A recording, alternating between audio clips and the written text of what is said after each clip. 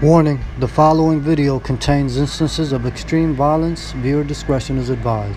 Hi guys, and thank you so much for joining me. If you are new to my channel, I'm Kat and I usually talk about true crime, conspiracies and all sorts of related things.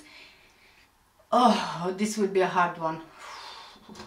In today's video, I will talk about the truly heartbreaking case of Adrian Jones. This case was requested by one of the admins of the Facebook group called Remembering Adrian Jones. If you want to check out the group, I'll leave the link for it in the description down below. And honestly guys, for the last few months, I kept on pushing this video back. And I kept on pushing it and pushing it back because I just couldn't get myself to talk about it. In all honesty, this is the worst child abuse case I have ever covered on my channel. So, from the get-go, trigger warning guys, I will be very specific. I will show you footage and photos of constant abuse of a child along with descriptive details. So if this is something that you can't watch or you are triggered by it in any way, then you are more than welcome to leave and I will see you in my next video. And before we get started, I just wanted to give you my usual disclaimer. All the information that I'm giving you in today's video is already found in the public domain. The video is for educational and entertainment purposes only. Apart from that, the people who did this to a child deserve no respect, so they won't have mine. And they shouldn't have yours either. His story needs to be heard with all the gruesome details because this was his life. His story needs to be seen so we can be horrified by what other human beings can do to their children. And his story needs to be remembered because he was just a child, a defenseless, innocent, sweet boy. Adrian Alexander Jones came into this world as a blessing on May 15, 2008. Adrian was born to Michael Jones and Dainna Pearce, and Adrian lived with his biological mother and his siblings for a few years in Lawrence, Kansas. Michael and Dainna split after he started an affair with Heather Jones. Adrian Jones was the fifth of 6 children born to Dainna Pearce. The youngest 3, Madison, Adrian and Tiesa, were fathered by Michael Jones. Adrian Jones was a handsome, smart boy who wanted to play football and he really enjoyed playing football, who was always curious about the world around him, a very energetic and lively boy, and when he smiled, the whole room lit up and he had the most amazing smile. Kansas Department for Children and Families, DCF, investigated reports that Dainna Pearce had taken drugs while pregnant, but she tested negative. In 2011, the DCF found a lack of supervision and of allowing her kids to skip school. When Adrian was found unsupervised at home, him and his siblings were removed from the mother's custody by the Kansas Department of Children and Families. After the children were removed from Dainna Pearce, Judy Conway, Adrian's grandmother and Dainna's mother, wanted to take the children in herself. However, the state told her their father wants custody, so he got it. Adrian's father married Heather Jones and they lived together with 7 children aged between 2 and 11, including Adrian Jones. Judy wasn't happy at all that the kids went to live with their dad and stepmom, and she even wondered if anyone from the DCF ever did a background check on Heather, and as far as she knew, no one did.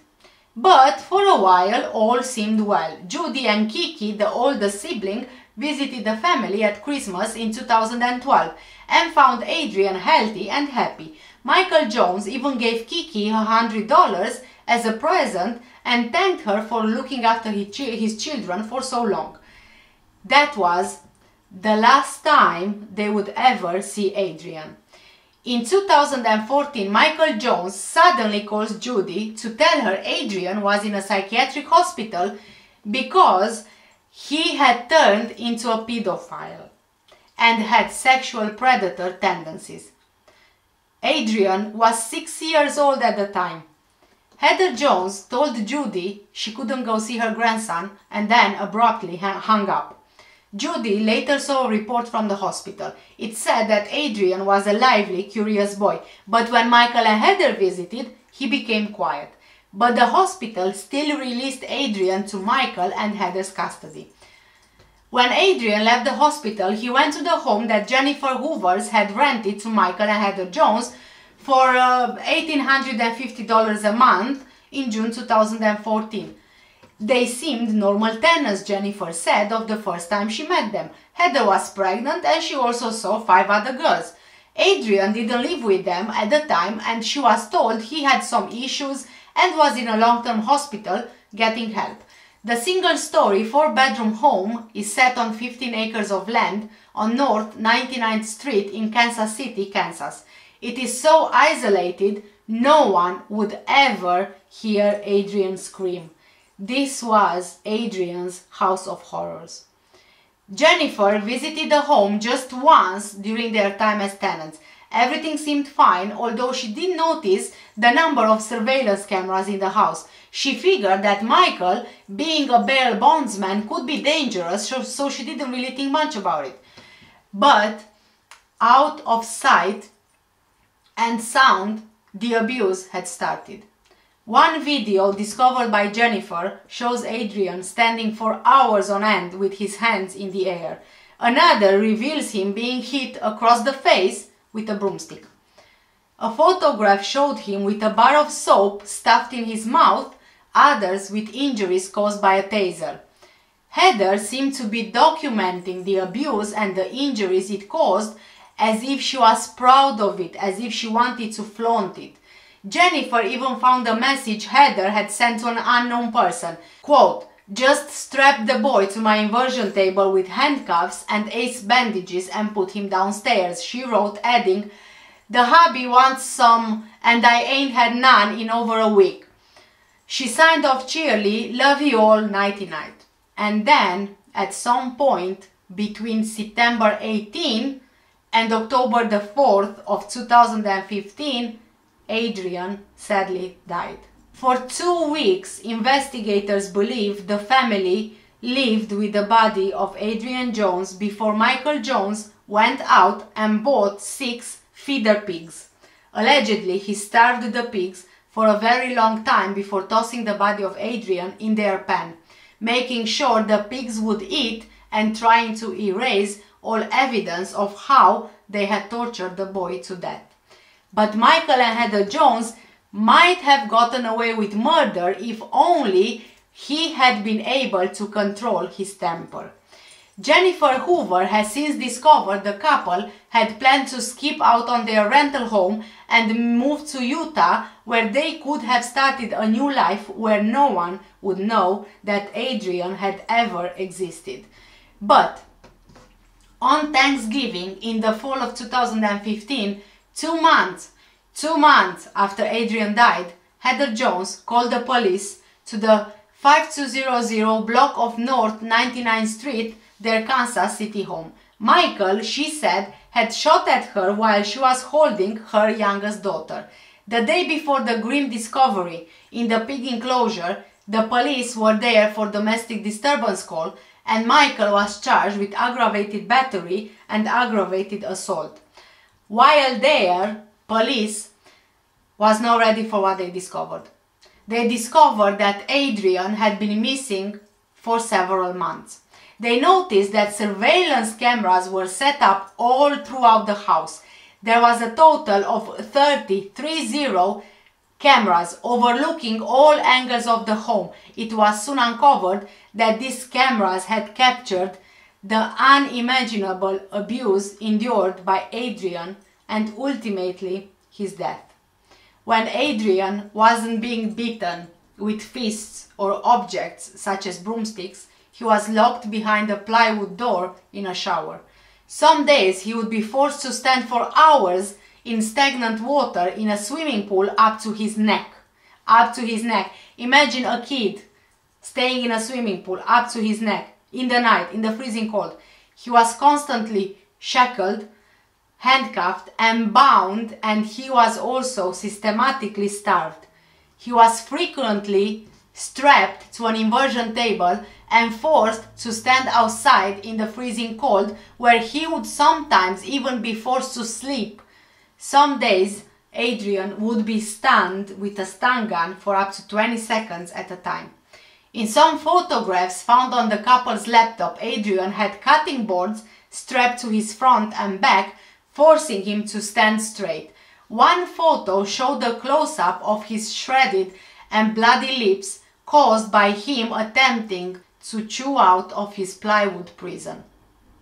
In another photo, Adrian was handcuffed with his hands above his head. Other photos showed Adrian standing naked in the shower stall on what would have been one of the last days of his life. His teeth were rotten due to malnourishment and his eyes were sunken into his face. In a video recording, Adrian is being taunted with a plate of food. His hands are restrained and the bar of soap had been stuffed in his mouth. Excuse me. Tiesa, could you get my shoes out the bathroom? Could you take it? I'm here. Because you, no, I need to go to the bathroom. Just wait till you see. Okay.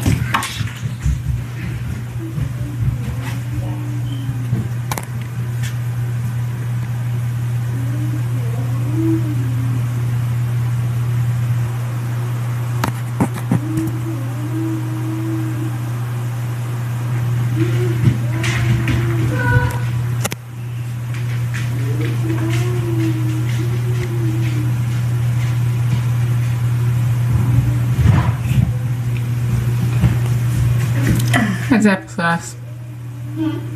Nasty applesauce. Kids put dirt in. And bugs. And bugs. That's just nasty. I would have thrown my stuff in the pool if I did that.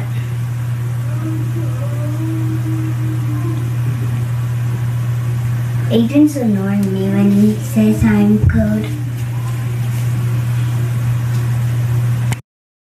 They would put that bar so far in his mouth and set food down there, and he was so hungry. But it was a way they could walk away and know that he couldn't eat because that bar was so far up in there, said Adrian's grandmother, Judy Conway. In another video recording, Adrian can be seen standing shackled outside on a cold winter evening. He shivers with each breeze. He tries desperately to drink from a cup with his wrists bound behind his back. Heather often posted her frustrations in dealing with Adrian on her Facebook account and even alluded to killing him. In one posting, Heather Jones made a reference to an episode of The Walking Dead, where a character shoots a child in the back of the head while telling her to look at the flowers. Walking Dead, look at the pretty flowers. Yeah, I'm about to pull that shit, she wrote on Christmas Day of 2014. She later posted, I can't shoot him unfortunately, but I can work the shit out of him till I feel better. Several days later, she joked that she might have to feed some pigs a body. Ultimately, Adrian starved to death. Alarms had been placed on the fridge and food cupboard so that if there was ever a time where Adrian wasn't constrained, he couldn't steal food. Michael and Heather Jones were arrested, and ever since, Heather has tried to pin all the blame on her husband. On a Facebook message sent while awaiting trial, she wrote, I took responsibility for the children. Yes, I loved them and cared for them, but I am only one person. And there was no controlling or getting away from that man when he was cycling. He had cameras everywhere in my home, all rooms, and even outside. Now to me this is just justification. She's using the domestic abuse side of things to justify that she did what she did to the kids. But this does not justify that at all. She took part in the abuse just as much as he did. Then she also talks about a time when he was stopped by police. When he was pulled over with the 6 girls, he had only loaded assault rifles, loaded handguns, his drugs, promised me he was going to kill everyone that day and end it all. "I am beyond broken for Adrian and my girls," she added. I don't believe anything that bitch says. Adrian was a tiny bag of bones when he died. His last months were a living hell. He was locked behind a plywood door in a shower, made to stand for hours in water up to his neck, shackled, bound, starved, and beaten. His stepmother called him the boy, rather than use his given name. While she and Adrian's father cared for their 6 girls, he was singled out for abuse of the worst kind. And even in death, there was one last indignity. Instead of a proper burial, the 7-year-old was fed to pigs his father had bought specifically for the purpose of getting rid of his body. How do you get from this healthy little boy to this? The story of Adrian Jones has shocked Kansas and surrounding states ever since Heather Jones gave her landlady passwords for her computer because she wanted her to send pictures of her children while she awaited trial in custody. The landlady, mom of 4 Jennifer Hoovers, couldn't believe her eyes when she clicked on image after image of the cruelty that was heaped on the little boy. There was video of him shivering as he stood outside, shackled hand and foot, wearing just a t-shirt and pajama pants shortly before 6 on a January evening. "Let me tell you, Kansas is cold in January," Jennifer told DailyMail.com.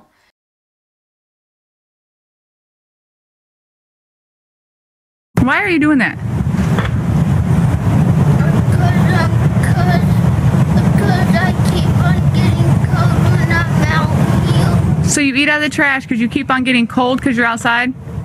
In this video, you can hear Heather's Does that make harsh sense? words towards Adrian and a lack of compassion for a desperate little boy. From a seemingly healthy Adrian to an extremely thin 7-year-old. The last days and hours of Adrian's life spent stripped and confined to a shower stall, left outside overnight to stand in a filthy pool. There were pictures of Adrian bound tightly with rigid kitchen cutting boards beneath the bandages so he could not bend over.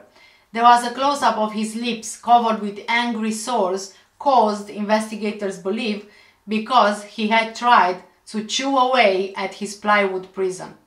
There were pictures of him blindfolded and strapped to an inversion table, and others of the injuries that were caused on his legs. And there was more, much more. Heather had even saved online ads for straitjackets and blanket wraps for transporting human bodies. "She never told me that I would find pictures of Adrian. I was just shocked beyond belief at what I saw," Jennifer said. "I just closed the computer down and spent a good day getting my thoughts together, trying to decide what I should do." Well, Jennifer at least had the option to just close her computer down. Adrian never got that option. What Jennifer shut down was what Adrian went through in real life. Graphic pictures of Adrian standing naked in the shower showed him getting thinner and thinner until his frame was skeletal. He looked like the pictures you see of concentration camp survivors, said Jennifer. She took the images to the police shortly after Heather Jones had been sentenced. The horrific evidence of exactly what went on in Jennifer Hoover's house was discovered too late to be used in Heather's case, but not too late for Michael's. She made contact with Judy Conway and gave her a DVD with everything she found on the computer, warning her of how graphic it was. The first time Judy, Adrian's grandmother, saw it, she threw up. "The first picture I saw, Heather was posing him for pictures front and back. He looked like the most malnourished kid from a third world country," Judy told DailyMail.com. The click of a mouse shows a household under constant surveillance. Cameras in every room. Michael and Heather monitored Adrian's every single move. The couple even took photos of Adrian's deteriorating health, documenting it as if they were proud of the torture they inflicted on him. What should have been a safe place for Adrian, his home, became a prison. The abuse began with Adrian being forced to stand for hours with his hands in the air. Several photos show the 7-year-old strapped to a table and blindfolded. In one of the videos, an unidentifiable person cracks open Adrian's face with a broomstick. With a click of each photo, little by little, Adrian's spirit begins to fade. He transforms from a healthy, happy little boy to one who looks gaunt and malnourished, a shell of the child he once was. Surveillance video shows Adrian's hands and feet handcuffed while he was forced to stay outside. In those videos, he can be seen looking around as if he's being watched. Most of Adrian's last days were spent stripped naked, restrained on a chair, and confined to a shower stall for hours. Jennifer Hoover, the Joneses' landlord, told the 41 Action News investigators Heather also gave her access to her Facebook account. There were messages throughout Facebook talking about tasing him. Many of the photos show mysterious marks on Adrian's body. It looked like there were a lot of taser marks and then a lot of swelling from being strapped to the inversion table and handcuffed to the wall, and a lot of scratches and stuff from probably picking and trying to get out, Jennifer said. The timestamps on the surveillance footage show Adrian was abused over the course of 9 months. But Heather also documented Adrian's abuse in writing. She uploaded notes about it that date back to 2012. In the last months of Adrian's life, his parents stopped calling him by his name. They called him the boy. Judy said Michael and Heather wouldn't let her see the kids in the months leading up to Adrian's death. She told the 41 Action News investigators she was worried and contacted the Kansas Department for Children and Families twice, but because she didn't have evidence of abuse, she said her concerns fell on deaf ears. Shortly before Adrian died, Judy said he became so weak he could no longer hold himself up in the shower where he was held captive. She said Michael and Heather strapped him to a chair and left him in the shower to die. Tortured by his parents and isolated from the rest of the world, little Adrian died alone in the shower. Then they went out and bought the pigs. They didn't feed the pigs for a period of time, and then they just threw him out there. Along with the photos of Adrian's abuse, Heather also saved pictures of the pigs in her iCloud account. The Christmas before Adrian's death stands out in Judy's memory. It's the last time she was allowed to see him. He died about 9 months later. I was getting ready to leave and he wouldn't let go of my leg. I knelt down in front of him and he told me that he loved me and he wanted to go with me. And I told him that I love him and that I would always be there for him and I'd always keep him safe. The last words Judy Conway spoke to her grandson are now a painful reminder of a promise she couldn't keep. I'm just thinking, how many times did he say, "Where's my Nana and when is she gonna come get me?" That really broke my heart.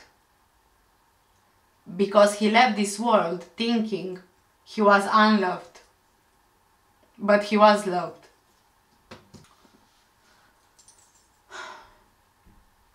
Willie Flowers is the one person who could have saved Adrian Jones's life, but rather than report the abuse he knew was going on, he just stayed silent.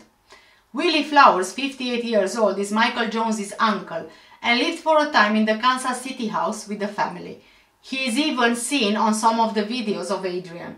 He has not been charged with any abuse and under Kansas law, he was not obligated to report what was going on. When confronted by dailymail.com, Flowers begged to be left alone. "Can't you see I'm grieving?" he said. Flowers was loading up a U-Haul truck and moving out of relatives' home opposite a school in Overland Park, Kansas, when dailymail.com caught up with him. "I ain't saying nothing to nobody," he added. Under Kansas law, only mandated reporters are under an obligation to report abuse of children. The Act says any other person may report the matter. Mandated reporters include health professionals, counselors, law enforcement officers, social workers, and teachers. Michael Jones homeschooled the children, so there were no teachers to monitor their well-being. Under Kansas law, all you have to do is go online and register as a homeschool. Michael Jones called it the Mike Jones Academy. Should have called it the Mike Jones Academy of Horrors. Police were led to Adrian's body by Heather, who confessed that he had died in the home on the 28th of September 2015. She said that following his death, Michael went out and purchased several pigs. After the 7-year-old died, the 41 Action News investigators spoke to several people who said they contacted DCF before Adrian was killed. A former employee of Adrian's father and stepmother said she witnessed the young boy being abused when he was forced to stand for hours with his hands in the air. She also said Adrian was often hungry and forced to eat plain oatmeal while his 6 sisters living in the house were given McDonald's. Adrian suffered immeasurable torture and abuse for such a prolonged period that it begs the question, how did nobody know? But it turns out that people did know. Adrian himself had even pleaded for help. 2 years before his death, Adrian told the Missouri Children's Division worker and the police officer that his father would kick him so hard in the back of his head that a little bone came out, and that my daddy keeps hitting me in the head and punches me in the stomach, and my mom keeps pulling on my ears and it really hurts. He also said that he was locked in his bedroom and was never fed. The Children's Division found by a preponderance of evidence that Adrian had been neglected in July of 2013. However, he wasn't removed from his home due to the fact that they allegedly found no signs of physical abuse. The child welfare system attempted to provide intensive in-home services to the family, but within just weeks, the family stopped attending the appointments and refused to cooperate. They told the child welfare system that their main residence was now in Kansas and their services were no longer required. The child welfare system in Kansas was no stranger to the Jones family either.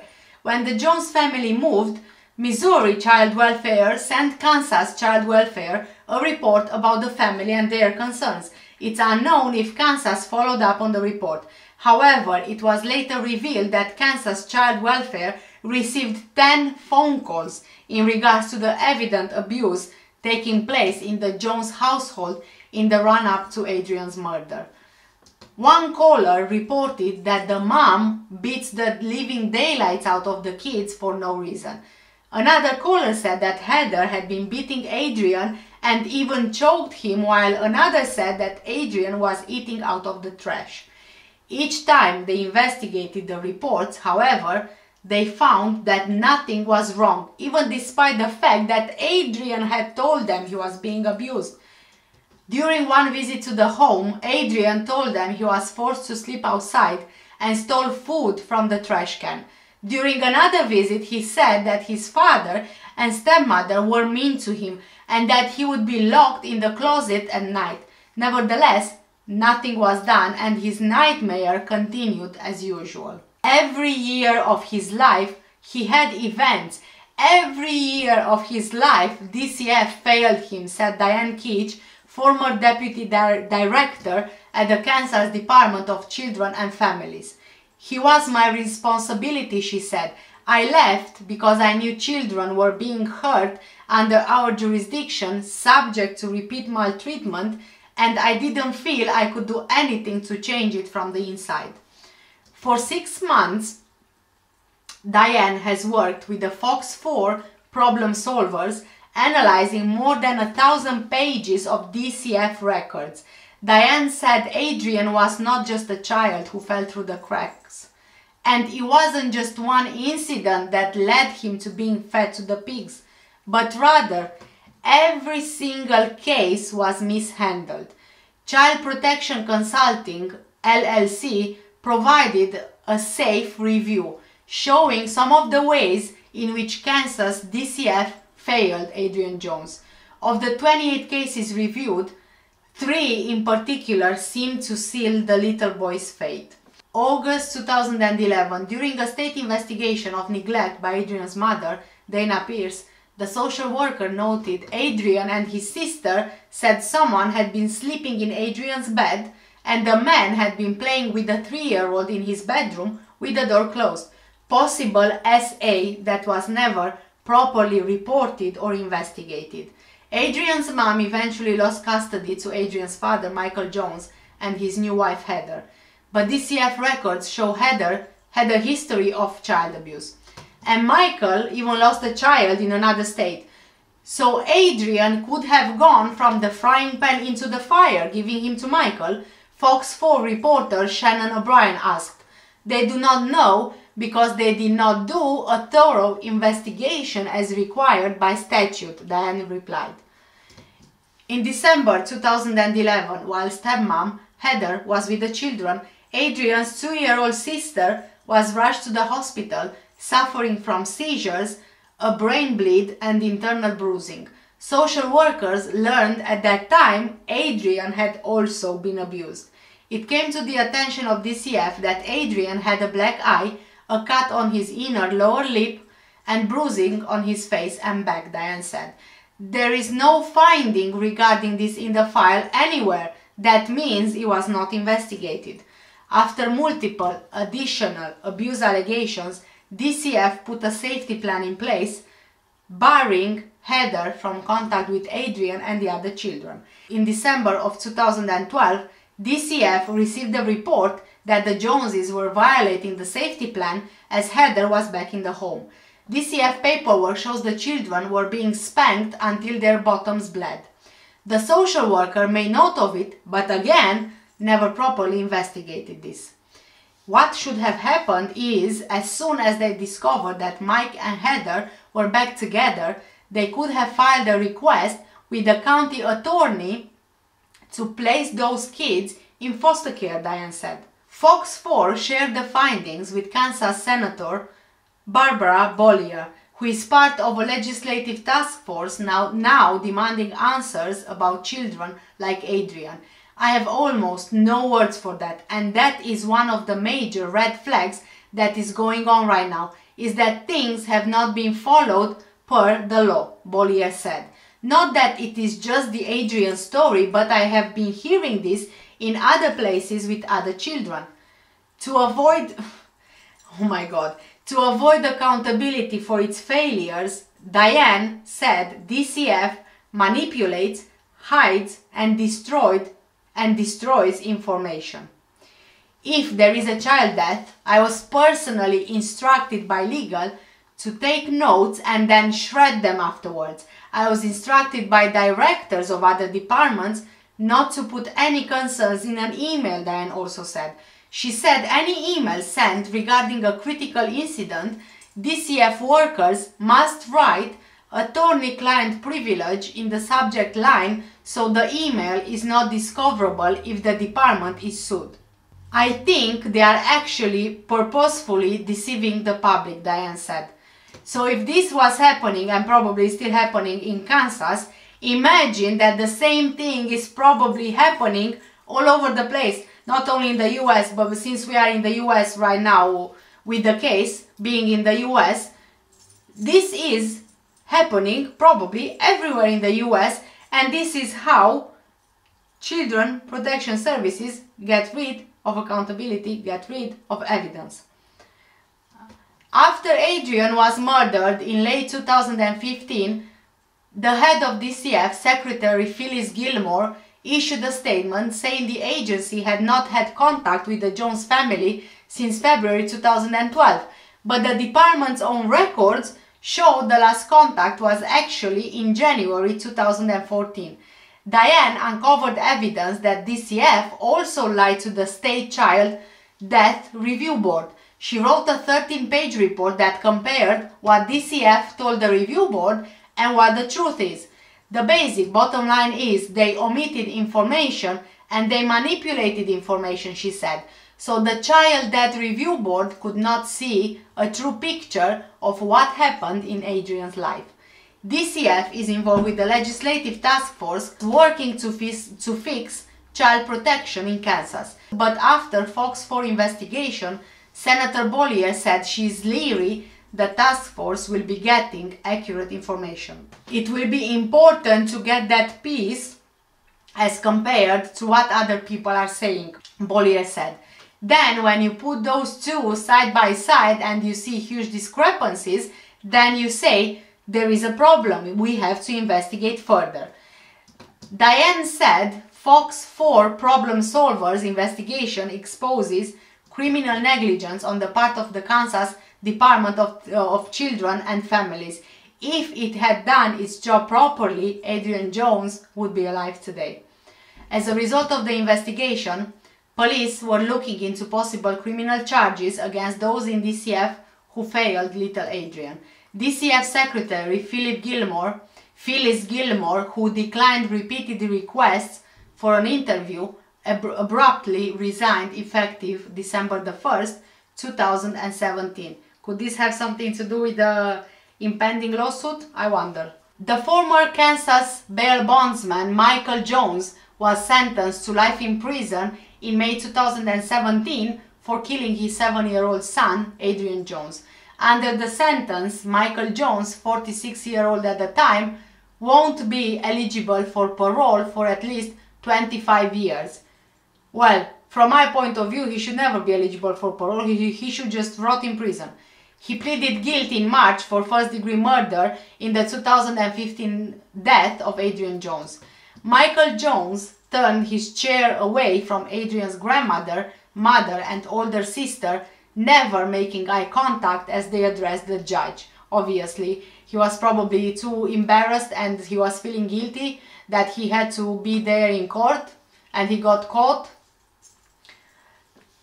You do not deserve a second chance. Kiona Doctor, or Kiki, Adrian Jones' 21-year-old sister at the time, told Michael Jones, who declined the judge's offer to make a statement.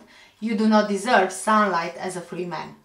The judge ordered Jones to spend the rest of his life on parole if he is ever released from prison. His attorney did not object in court to the life sentence prosecutors sought. The boy's stepmother, 31-year-old Heather Jones, pleaded guilty to the same charge in November and is serving a life sentence. She insisted that she felt helpless to protect Adrian and herself from her abusive husband, but investigators said she also abused the boy, drawing an additional 5 years and 8 months in prison for that. When the charges were filed, Wyandotte County's district attorney at the time, Jerry Gorman, said it was one of the worst cases investigators had seen. During the hearing, a police investigator, Detective Stuart Littlefield, confirmed publicly for the first time that what was left of Adrian's body was fed to the pigs. Often choking back tears, Littlefield asked for a 20-second moment of silence, reflecting the length of time Adrian at one point was shocked by a stun gun during his tortured young life. There's no getting over it. There's no fix. There's no solution to our heartache. There is no glue for our broken hearts, no remedy for our pain, Judy Conway told Michael Jones in court. I pray you have a long, tortured life in prison, added Dainna Pearce, Adrian's mother. I don't know if I can forgive you, but I know you should suffer for what you did. Department for Children and Families records released in 2017 showed that the department did not have physical contact with Adrian after February 2012, despite an earlier report suggesting his mother might have abused him. His family moved frequently, according to the records. Heather Jones homeschooled Adrian and his 7 sisters, aged 11 to 1.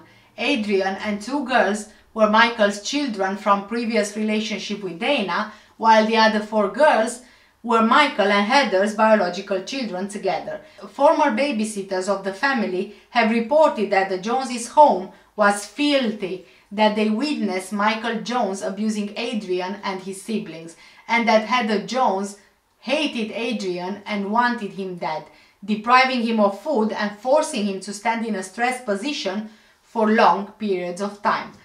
I loved that little boy so much, said former nanny Patricia Domingue. He was so sweet, and these big eyes just filled with wonderment, very inquisitive, and begged for love and attention, she described.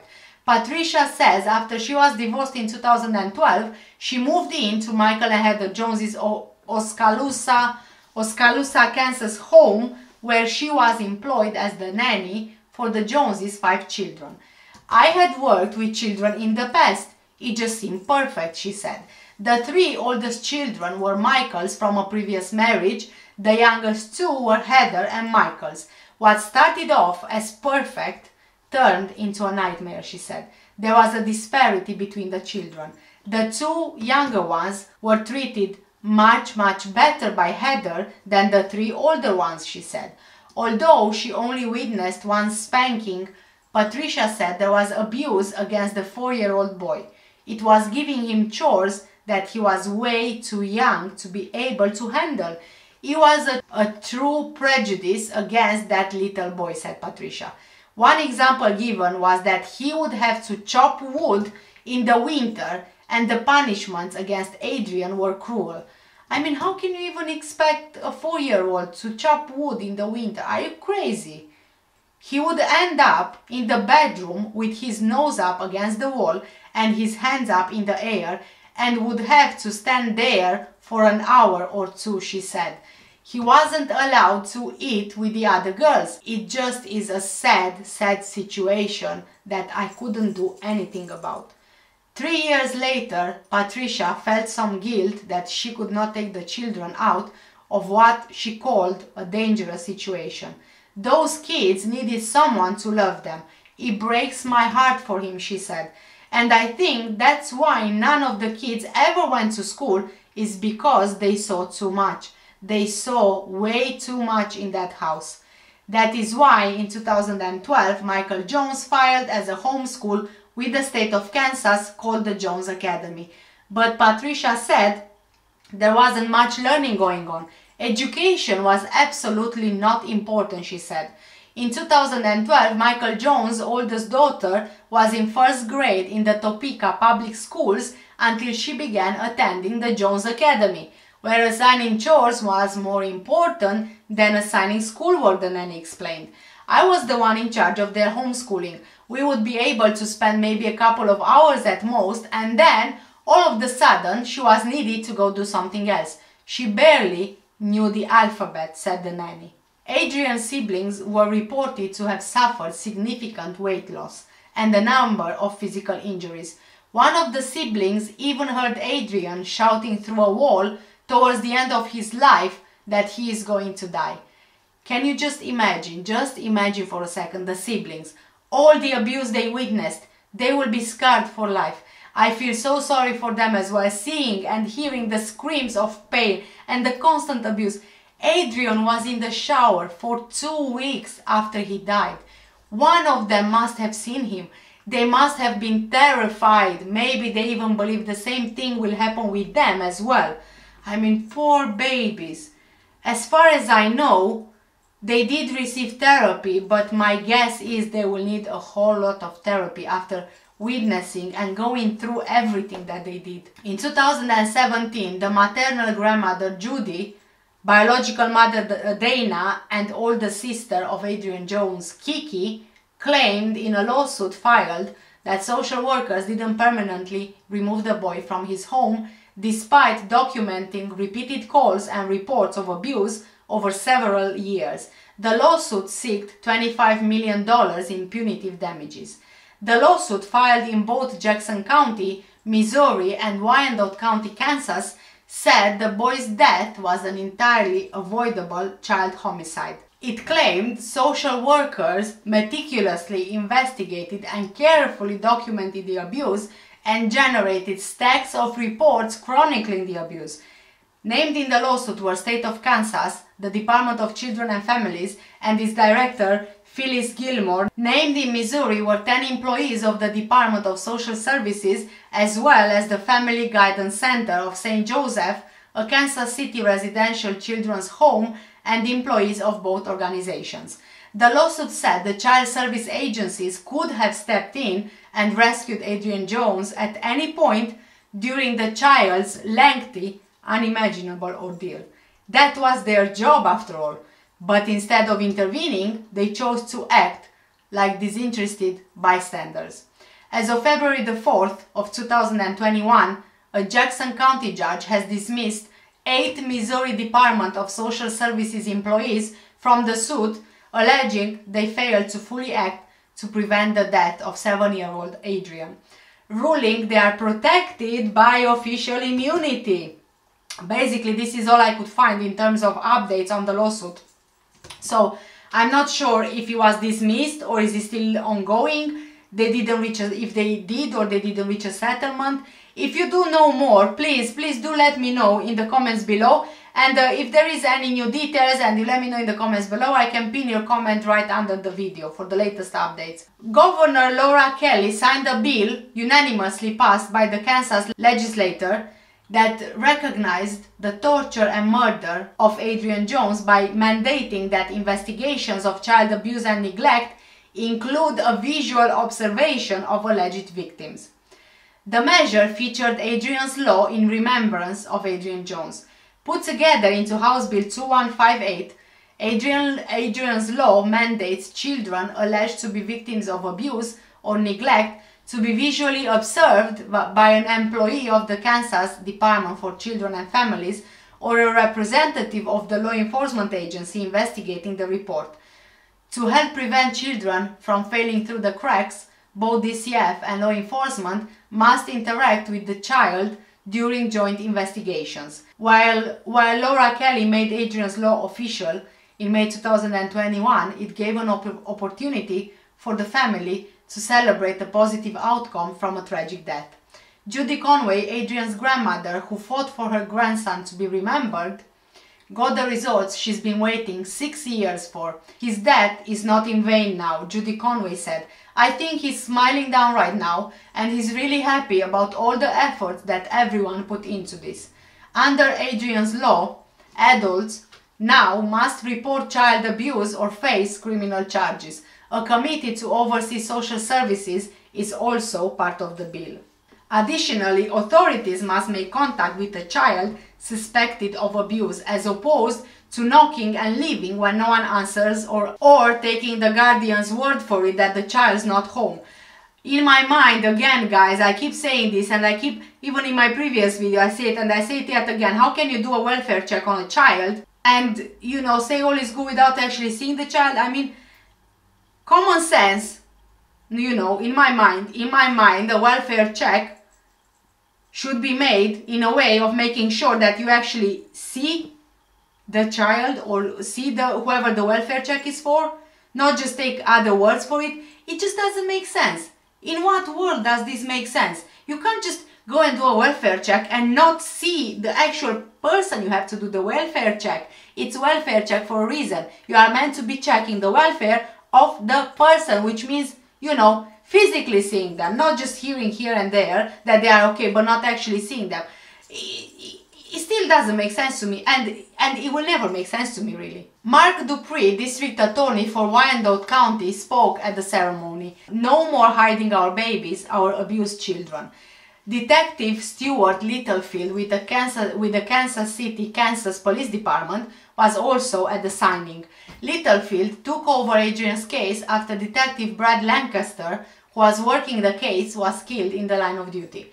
Littlefield became emotional and said Adrian's case remains the most difficult of his 28-year career. I think the worst part was he could have been saved so many times if somebody would have come forward or if they would have had an encounter with law enforcement. But they did have an encounter. But a police officer saw Adrian. Adrian told the police officer, not only Child Protective Services, but also the police, that he was being abused. What the hell did the police do? What did they do?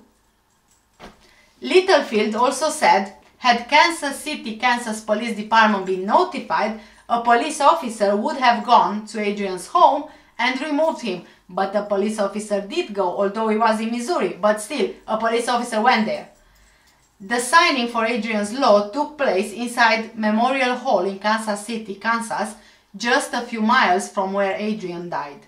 It's a long-awaited moment for Judy Conway, who now said she had some closure, knowing her grandson's legacy will help save other children from child abuse.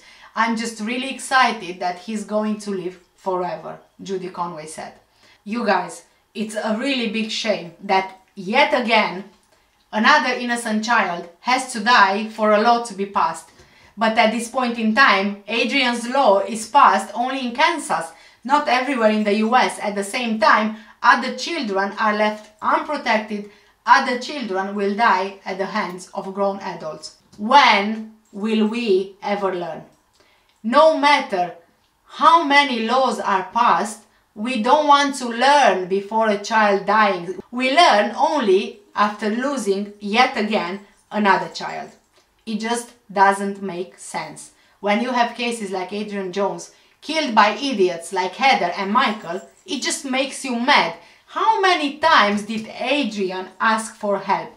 How many times was abuse reported? How many times were eyes turned blind? 2 years before he died, Adrian himself said he was abused. To children protection services, to police, more than once, more than twice. How many more times does the child need to say they are abused before they are saved? But Adrian was never saved.